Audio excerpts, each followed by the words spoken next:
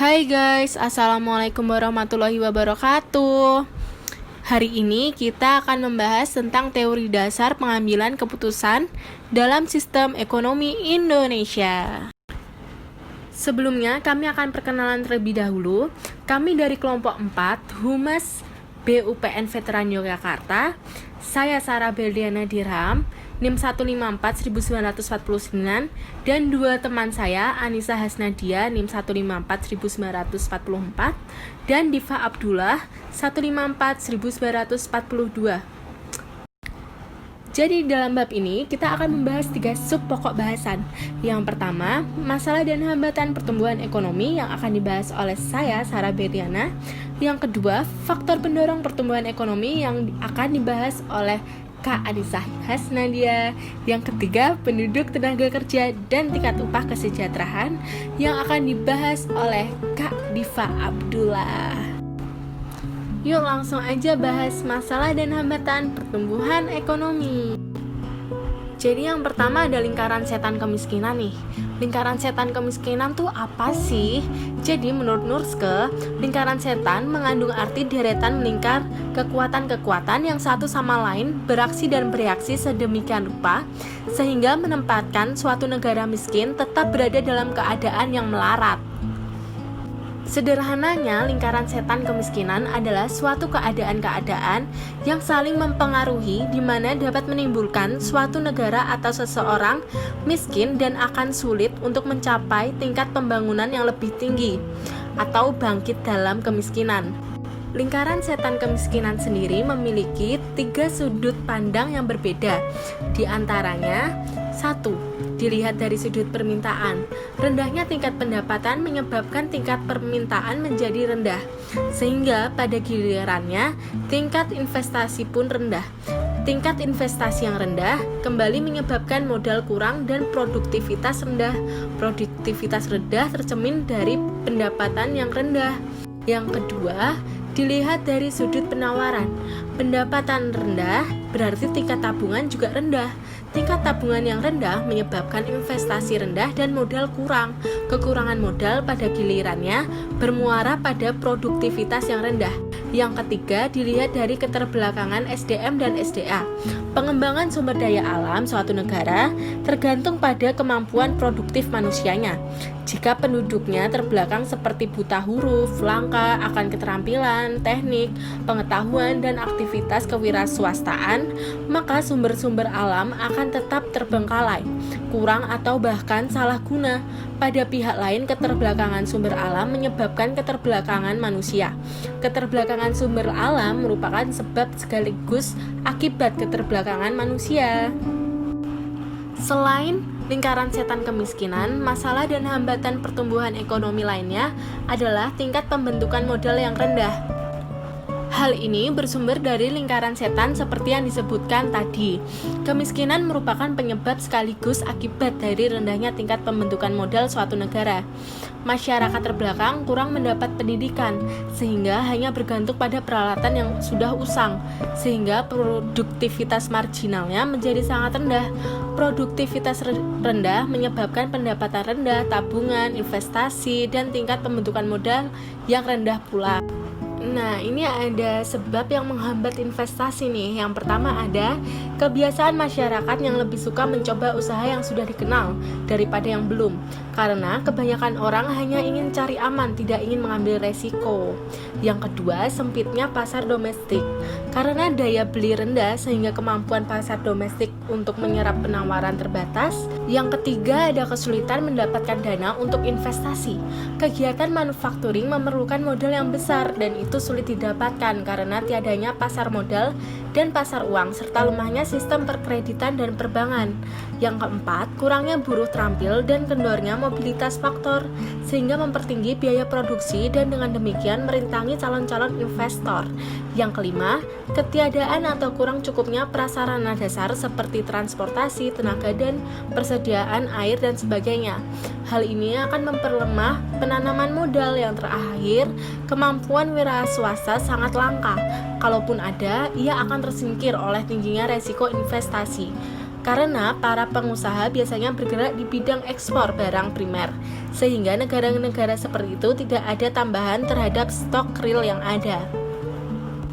Dan di antara kelompok berpendapatan rendah dan berpendapatan tinggi, pasti ada dong sekelompok orang yang berpenghasilan menengah.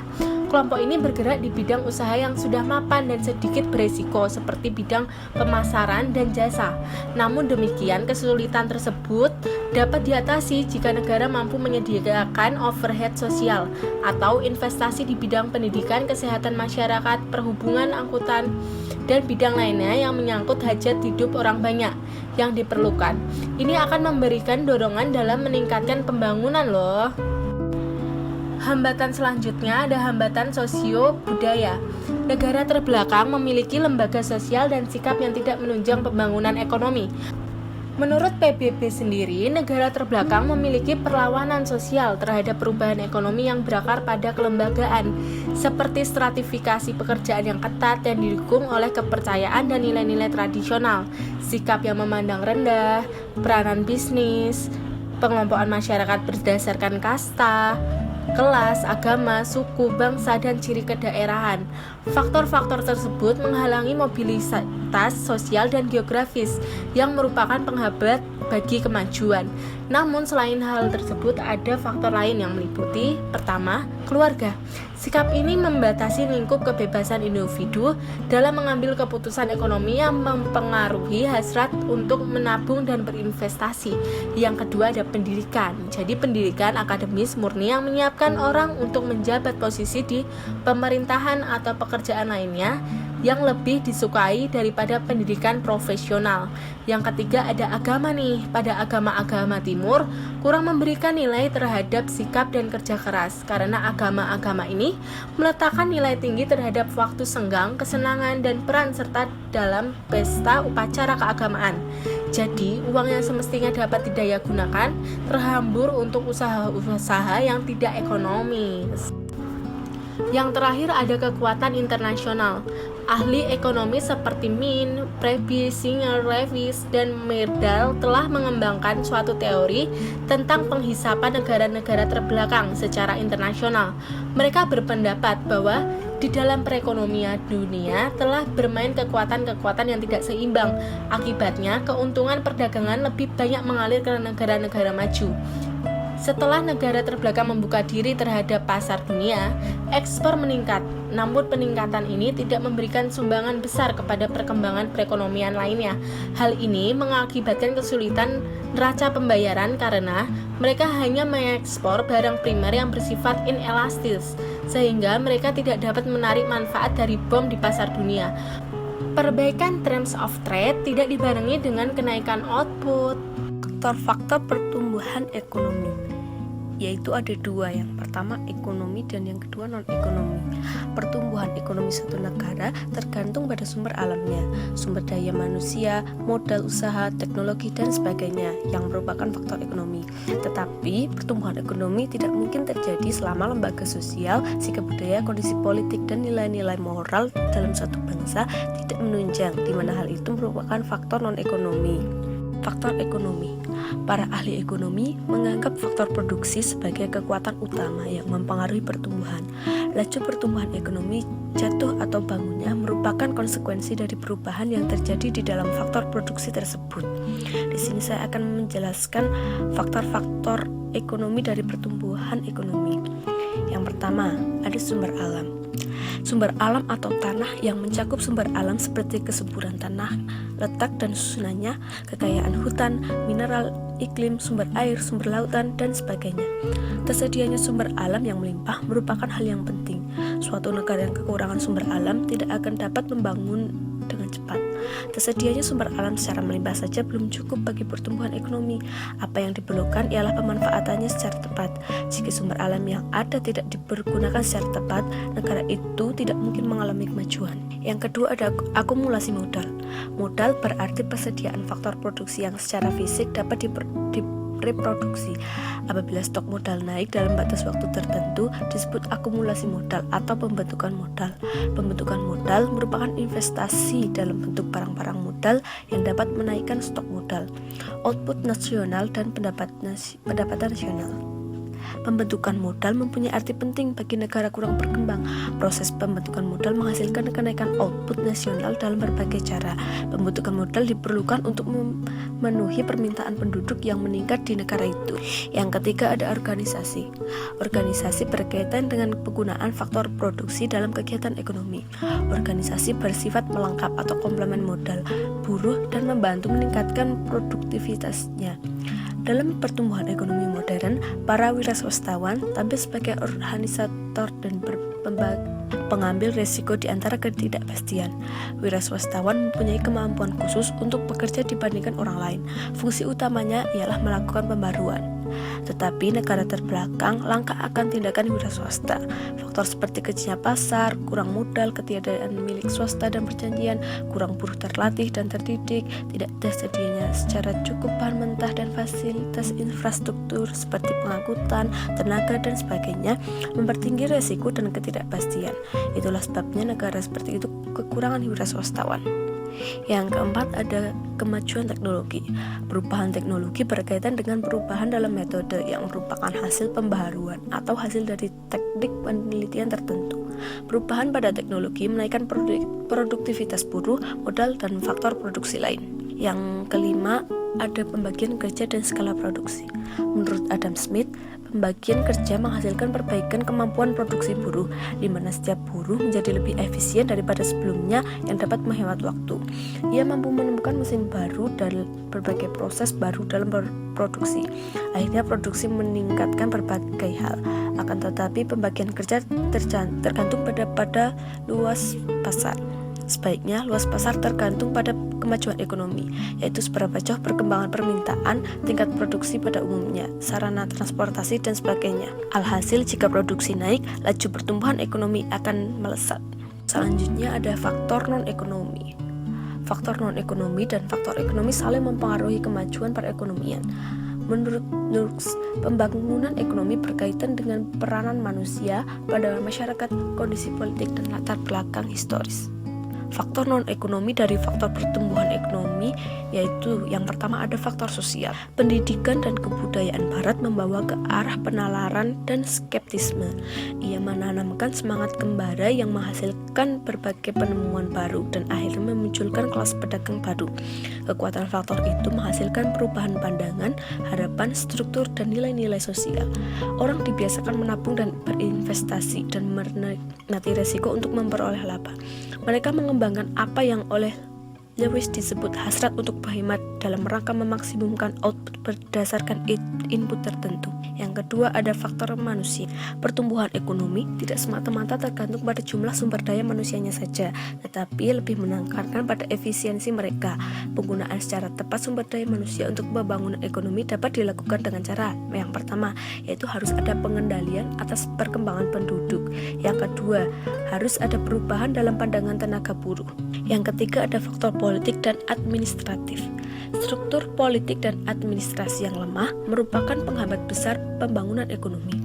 Administrasi yang kuat, efisien, dan tidak korup sangatlah penting bagi pembangunan ekonomi. Tindakan pemerintah memainkan peranan penting dalam merangsang atau mendorong kegiatan ekonomi, ketertiban, stabilitas, dan perlindungan hukum mendorong kewirausahaan. Semakin besar kebebasan itu, semakin berhasil pula kewirausahaan tersebut. Selanjutnya ada penduduk, tenaga kerja, dan tingkat upah atau kesejahteraan. Penduduk berfungsi ganda dalam perekonomian. Dalam konteks pasar, berada di sisi permintaan maupun sisi penawaran. Permintaan penduduk adalah konsumen, sumber permintaan akan barang dan jasa. Penawaran penduduk adalah produsen, jika ia pengusaha, pedagang, atau tenaga kerja. Jika semata-mata pekerjaan dalam konteks pembangunan, pandangan terhadap penduduk terpecah menjadi dua, penghambat pembangunan dan pemacu pembangunan. Kemudian tenaga kerja, batas usia kerja berbeda-beda antar negara. Batas usia kerja yang dianut oleh Indonesia minimum 10 tahun tanpa batas maksimum. Jadi setiap orang atau semua penduduk yang sudah berusia 10 tahun tergolong sebagai tenaga kerja. India menggunakan rentang waktu 14 sampai 60 tahun sebagai usia kerja.